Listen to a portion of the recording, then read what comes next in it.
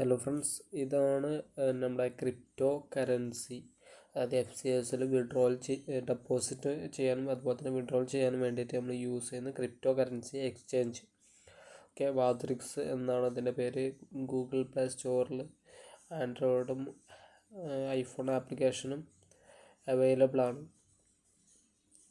Google play സ്റ്റോറിൽ നിന്ന് നിങ്ങൾക്ക് ജസ്റ്റ് ഡൗൺലോഡ് ചെയ്യാം. ഞാൻ ഈ വീഡിയോയുടെ ഡിസ്ക്രിപ്ഷൻ്റെ താഴെ ഇതിൻ്റെ ലിങ്ക് കൊടുക്കുന്നുണ്ട്. അതുവഴി നിങ്ങൾ കയറി ജസ്റ്റ് ഇൻസ്റ്റാൾ ചെയ്യുക, രജിസ്ട്രേഷൻ ചെയ്യുക.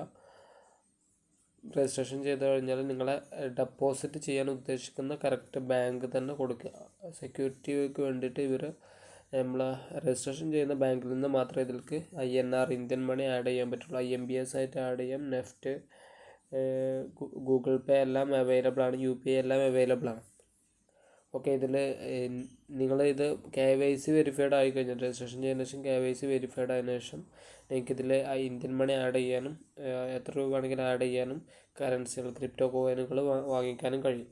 അപ്പം ഇതിലിപ്പം നമ്മൾ നിലവിൽ നമ്മളെ പ്ലാറ്റ്ഫോമിൽ യൂസ് ചെയ്യുന്നത്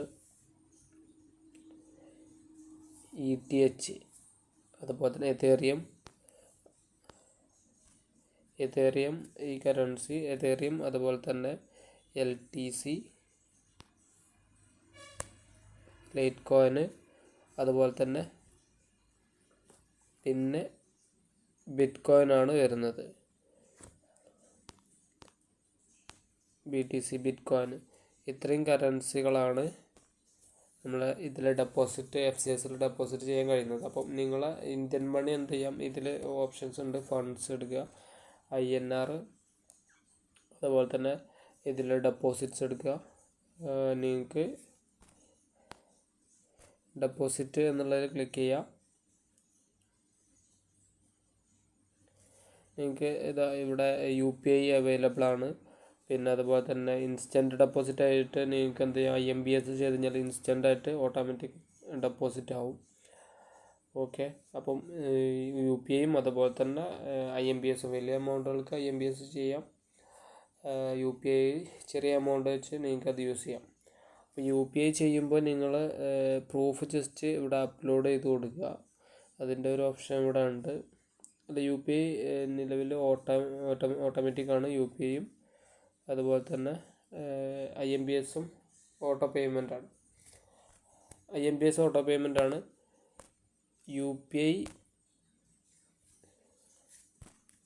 UPI നിങ്ങൾക്ക് ഇവിടെ ജസ്റ്റ് എത്രയാണ് എമൗണ്ട് ഇട്ടത് ആ എമൗണ്ട്, അതുപോലെ തന്നെ നെക്സ്റ്റ് പേജിൽ നിങ്ങൾ ആ പ്രൂഫ് അപ്ലോഡ് ചെയ്ത് കൊടുക്കുക. സിമ്പിളായിട്ട് ഇതിൽ എന്ത് ചെയ്യാം, ഇന്ത്യൻ മണി ആഡ് ചെയ്യാം. ഇന്ത്യൻ മണി ആഡ് ചെയ്ത് കഴിഞ്ഞാൽ നിങ്ങൾക്ക് മാർക്കറ്റിൽ വന്നിട്ട് എന്ത് ചെയ്യാം, കറൻസി ബൈ ചെയ്യുക.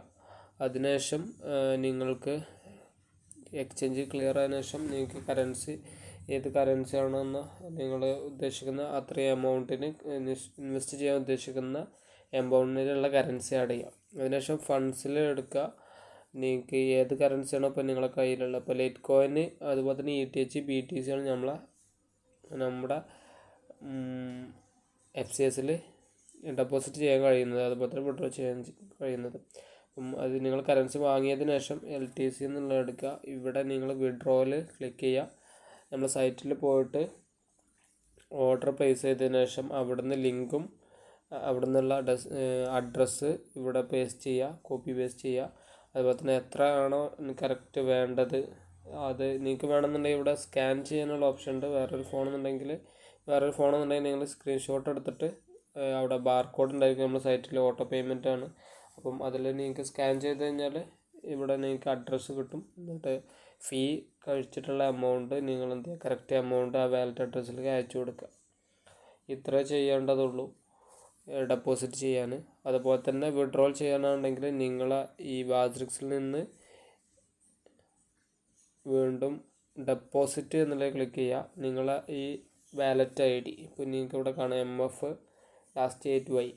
ഇത് നിങ്ങൾക്ക് ഈ ഒരു വാലറ്റ് ID എന്ത് ചെയ്യാൻ, നമ്മളെ FCS ട്രേഡിൽ ആഡ് ചെയ്തിട്ട് സിമ്പിളായിട്ട് നിങ്ങൾക്ക് വിഡ്രോൾ ചെയ്യാൻ പറ്റും. വിഡ്രോളിന് ജസ്റ്റ് 1 hour മാക്സിമം, ഡെപ്പോസിറ്റിന് 1 hour വരുള്ളൂ. ഡെപ്പോസിറ്റ് ആണെന്നുണ്ടെങ്കിൽ വിഡ്രോയിലാണെങ്കിൽ ഇത്ര സിമ്പിളായിട്ടാണ് നമ്മളെ പ്ലാറ്റ്ഫോം ക്രിയേറ്റ് ചെയ്തിട്ടുണ്ട്. അപ്പം എല്ലാവരും എത്രയും പെട്ടെന്ന് തന്നെ ക്രിപ്റ്റോ വാലറ്റ് ക്രിയേഷൻ ചെയ്യുക. എന്തെങ്കിലും ഡൗട്ട്സ് ഉണ്ടെങ്കിൽ നമ്മൾ സപ്പോർട്ട് മെയിലുണ്ട്, സപ്പോർട്ട് മെയിലും നമ്മളിതിന് താഴെ കൊടുക്കുന്നുണ്ട്, ഡിസ്ക്രിപ്ഷനിൽ കൊടുക്കുന്നുണ്ട്. സപ്പോർട്ട് മെയിൽ ചെയ്തിട്ട് നിങ്ങൾക്ക് സംശയങ്ങൾ ക്ലിയർ ചെയ്യാം.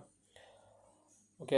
അതുകൂടാതെ നിങ്ങൾക്ക് ഇതിൽ വേറെ എന്തെങ്കിലും സംശയങ്ങൾ, ഇനിയിപ്പോൾ നമ്മൾ ഇൻവെസ്റ്റ്മെൻറ്റ് എത്ര എമൗണ്ട് ചെയ്യേണ്ടത്, അതിൻ്റെ കാൽക്കുലേഷൻ, മറ്റുള്ള എന്തെങ്കിലും കോംപ്ലിക്കേറ്റഡുള്ള ക്വസ്റ്റ്യൻസും നിങ്ങൾക്ക് എന്ത് ചെയ്യാം, നമ്മൾ FCS ഇതിൽ മെയിൽ ID കൊടുക്കുന്നുണ്ട്, അതിൽ നിങ്ങൾക്ക് മെയിൽ ചെയ്യാവുന്നതാണ് സപ്പോർട്ടിന് വേണ്ടി. Okay, thank you.